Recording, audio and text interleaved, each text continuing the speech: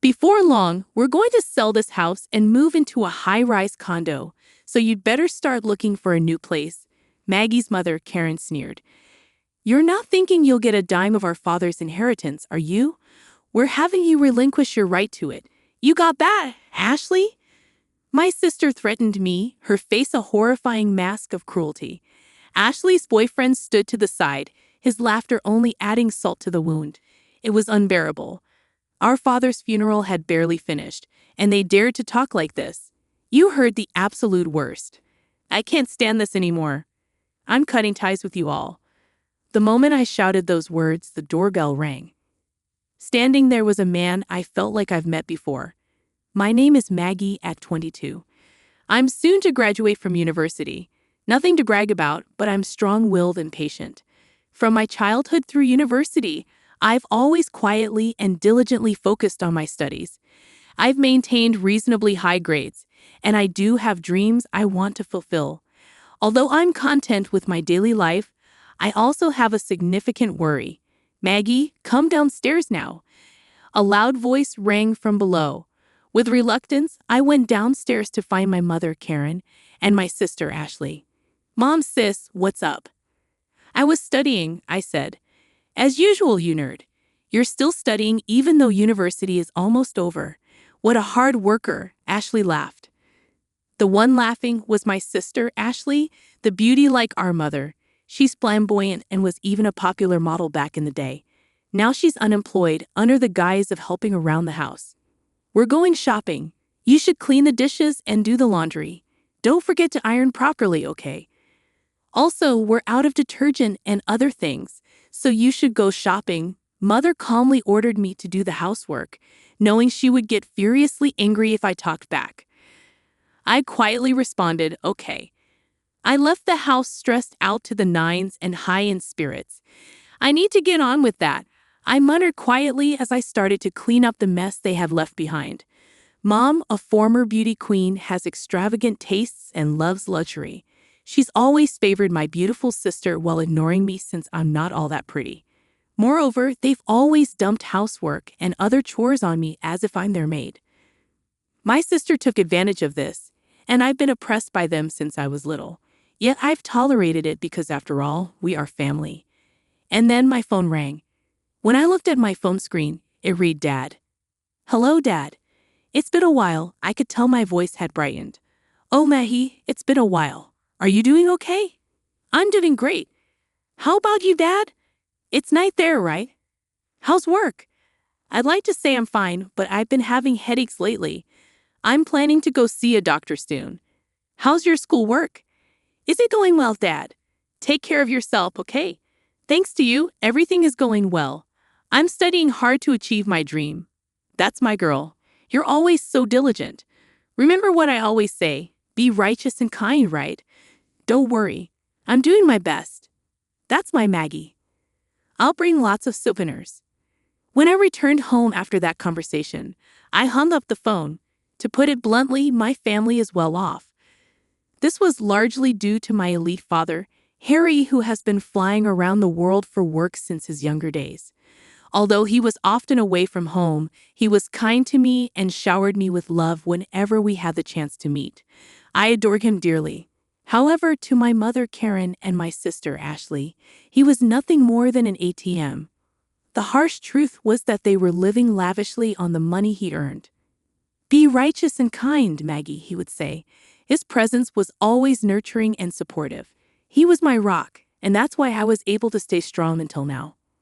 Several months later, shortly after I graduated from university, a chilling event occurred. Maggie, Dad has. Karen burst into my room, her face as pale as a ghost. Apparently, my father had collapsed at the airport as soon as he returned home and was rushed to the hospital. Upon hearing the news, Ashley, Karen, and I immediately headed to the hospital. There, my once strong father lay frail and helpless. We suspect he's had a stroke, the doctor informed us. Despite extensive treatment, my father barely improved.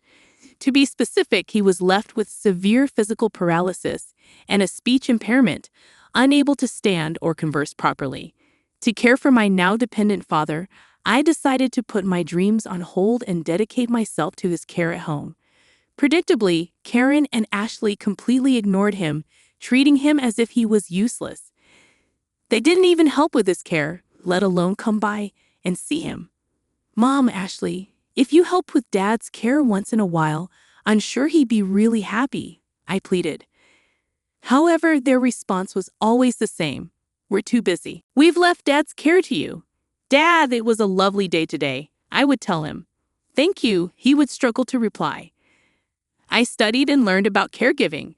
I made sure he could see outside by keeping the curtains open, fed him specially prepared meals, and arranged fresh flowers every day. Though, with the support of professional caregivers, I did everything in my power for him, pouring my heart into caring for my father who had worked tirelessly for us and showered us with love. Desperate to do everything I could for him, I clung to his words during tough times. Maggie, always be righteous and kind. Each time, his wisdom granted me the strength to persevere. One day, I overheard Karen and Ashley whispering in the house. Thanks to Dad's insurance money, I was able to buy that bag I wanted, Karen said. I know, right? Thanks, Dad. Maybe I should get a new wallet too, Ashley chimed in. I bit back my anger and continued to listen, only to hear Karen say something even more shocking. Dad's gone. We'll receive a few $100 million from his life insurance and inheritance he's been saving up through his job and investments. Wow, Mom, and we should totally buy a luxury condo, and my boyfriend could live with us. Oh, I wish Dad would hurry up and die. Unable to bear it any longer, I left the scene. My father was fighting to stay alive, yet they were already spending his insurance money and dreaming about a luxury condo from his inheritance, wishing for his death. The anger and despair boiled inside me, threatening to overflow. In reality, my mother and Ashley had been indulging themselves lately, buying up brand-name items and even leaving my father and me behind to go on overseas trips.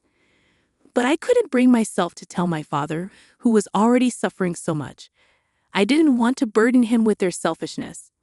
Pretending I hadn't heard my mother and Ashley's conversation, I redoubled my efforts to care for my father. Many friends and acquaintances often came to visit him, all expressing their love for him. One visitor, in particular, stands out in my memory, an older man in a suit and glasses who frequented our home. I wasn't present, but he was probably an executor from my father's company or something. He would bow his head and greet me whenever he saw me. I was happy that my father was loved, and on the days when he had visitors, his face seemed brighter. I thought these days would continue, but a few months later, my father had a stroke recurrence and suddenly passed away.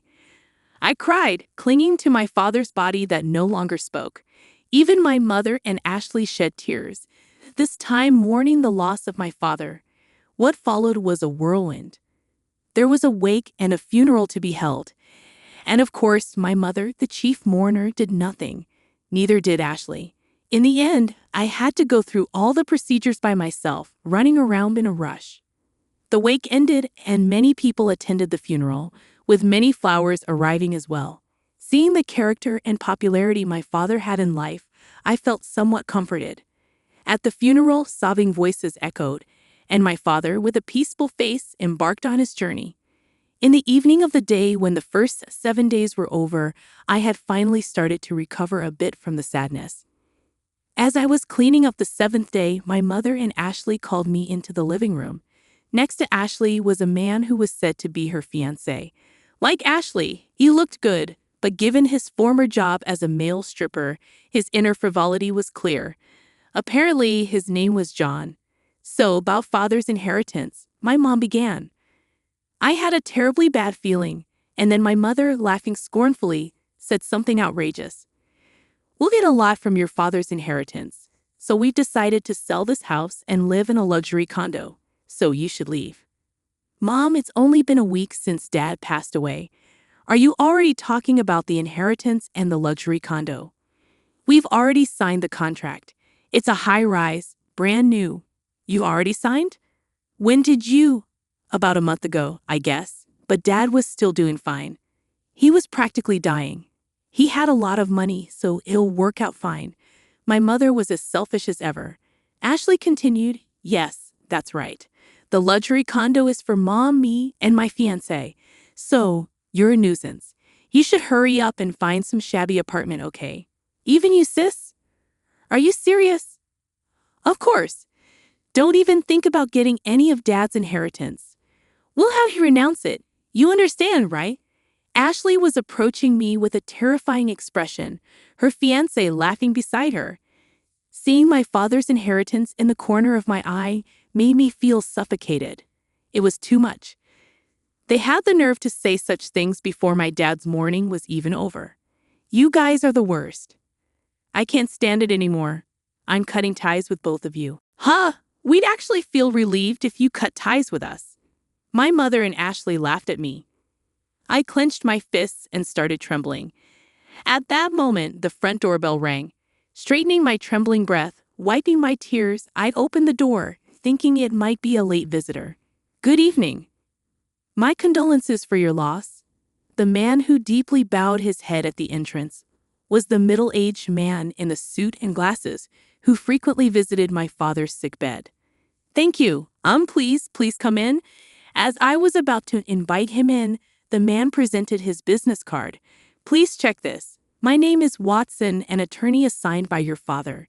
The business card indeed belonged to a law firm, and although I had not noticed it before, a badge denoting him as a lawyer was gleaming on his chest. Lawyer? I was surprised.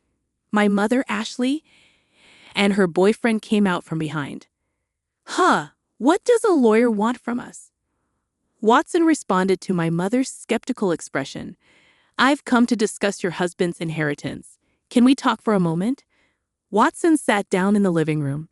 My mother sat directly across from him, and Ashley and her boyfriend sat next to her.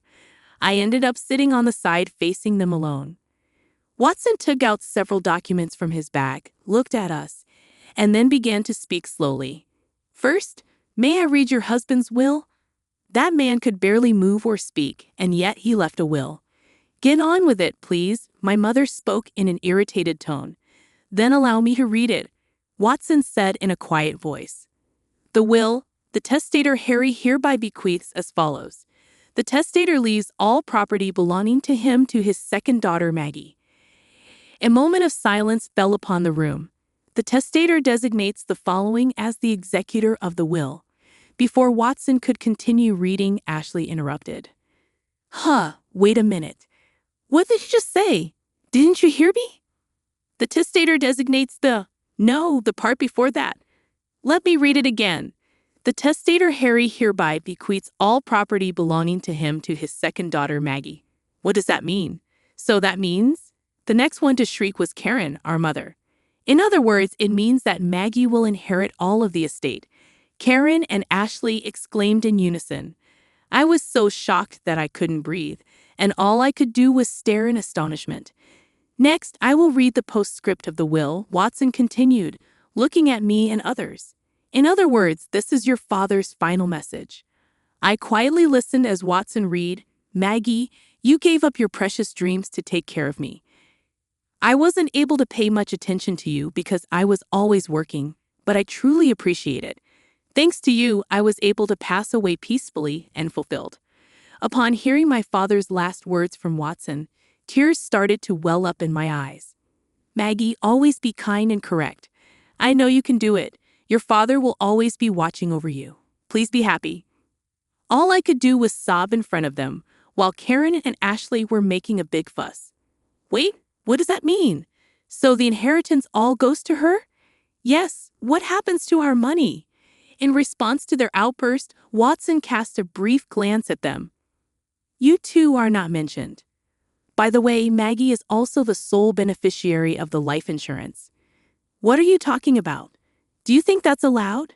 Karen turned beet red, ready to burst at any moment. That's right. Isn't there something called a reverse portion that's supposed to be guaranteed to the wife and the children, right? Ashley leaned forward eagerly.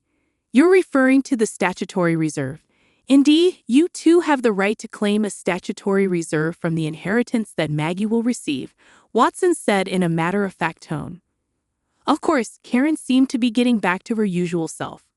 Even if there is a will, if its contents are unfair, You can claim a share of the inheritance prescribed by the civil law.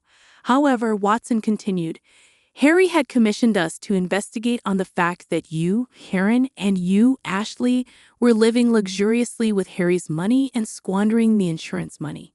The eyes of Karen and Ashley widened in astonishment. Indeed, you purchased a luxury condominium and a car, and you spend quite lavishly on host clubs and overseas trips. All the caregiving and household chores were left to Maggie alone. Moreover, there were even remarks hoping for Harry's death. My father knew everything. He knew everything but pretended not to know. That's my mother stammered. Watson responded calmly. In this case, it's unlikely that the distribution of the inheritance will be deemed unfair. Even if you take it to court, it's very unlikely you'll be able to claim anything. Of course, you can try if you wish. I'll be the one you'll be set up against. My mother's face had turned a pale blue. That's ridiculous, my sister also muttered. When Watson was leaving and I walked him out to the entrance, he said, Maggie, you have grown up to be quite admirable. Your father always spoke of you with such joy.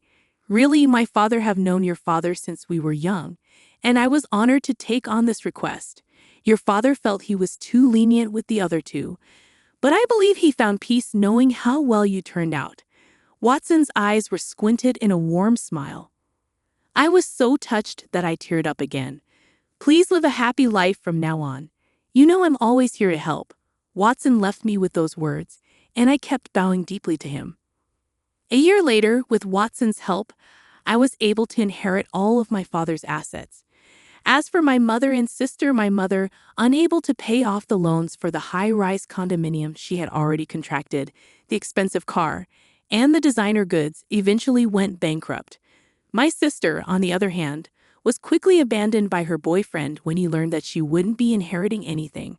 I heard through the grapevine that she's now living with my mother and working part-time. They called me for a while, but I kept replying, I cut ties with you. Please contact me through a lawyer. I thought that was what my father wanted too. Now, they don't contact me at all. As for me, I used my father's inheritance to attend law school, a dream I had once given up on. Originally, I wanted to become a prosecutor to uphold my father's words. Always be kind and correct. But now my dream has changed. After working with Watson, who had saved me in my time of need and provided unwavering support, I started to admire being a lawyer myself. So now I'm studying hard to become one. I strongly wish to become a lawyer like Watson, who is always just and kind.